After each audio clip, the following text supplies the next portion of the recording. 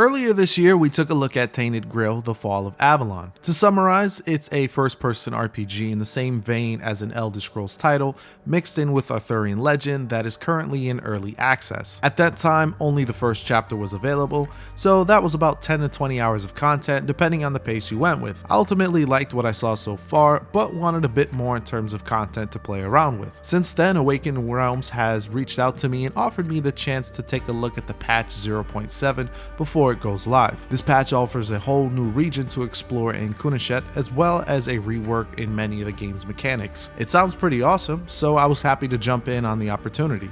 While I appreciate this offer though, it will not deter me from a fair and honest review of the additional content. Sounds good?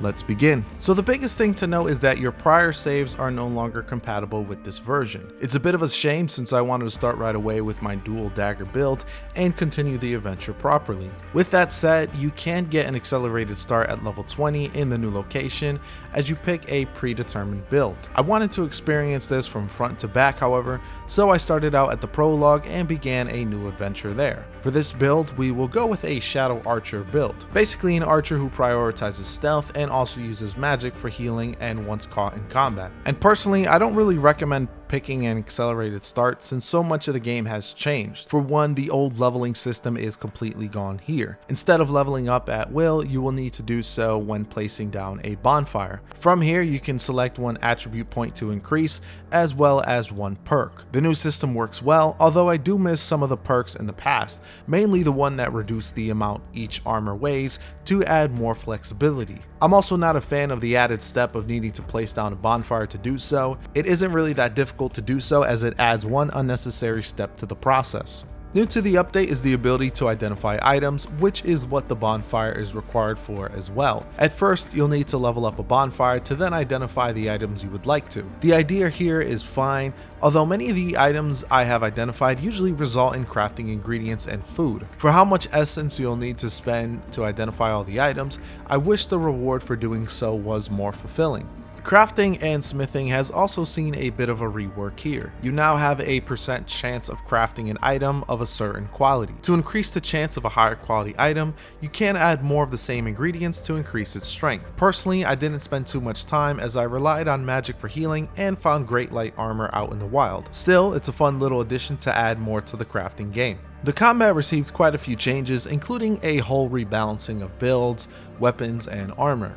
Awakened Realms noticed that this was done to cut down on some of the more OP builds of past versions. I will say that there seems to be a bit of an overcorrection here, as stealth archers are pretty OP. I routinely would one-shot many bosses that I encountered, especially in the first area. Also found myself getting one-shotted pretty often as well, even once I got better armor. There's also still that warping issue, which seems to have gotten worse with the new enemies introduced. While I do appreciate the efforts here, I do think we still have a long way to go before things are truly balanced.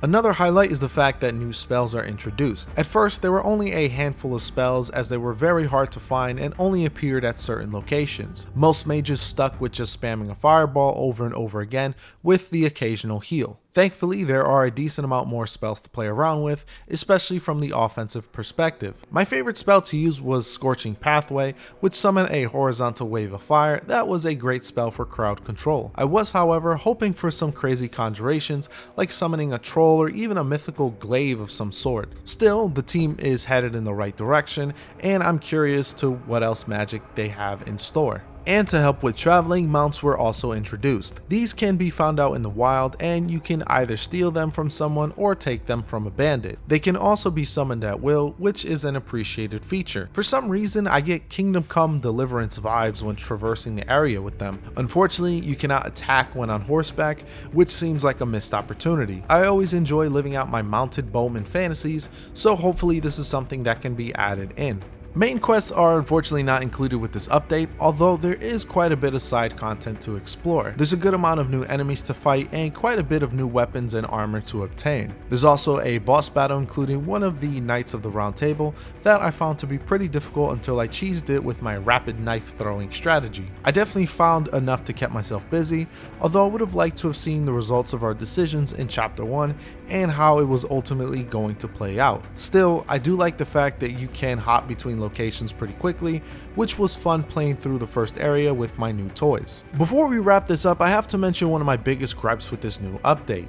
Out of all the new content that was introduced, I wasn't expecting so many bugs and issues to be included as well. For one, the optimization is somehow worse, with frame rates randomly dropping down to the teens and staying there unless you reset the game. Two, many quests that worked fine in the first act now are flat out broken and can't be completed. The quest marker also seems to be flat out inaccurate on most of these, leading you in the wrong direction. Third, the physics system tends to be a lot more volatile, with myself getting stuck more than I would like to admit. Thankfully, there is a button to get yourself unstuck and a patch that was released addressing some of the performance issues I had. Still, the broken quests and physics issues do still exist. So overall, I do really like the direction this game is going, although heed my warning on the bugs and glitches. Awakening Realms have done a great job so far with this new area, and I'm still excited for what the future will bring. If only the optimization was better, as well as there being less bugs and glitches overall, I would recommend jumping in right away. Still, it's worth an early access purchase, especially on sale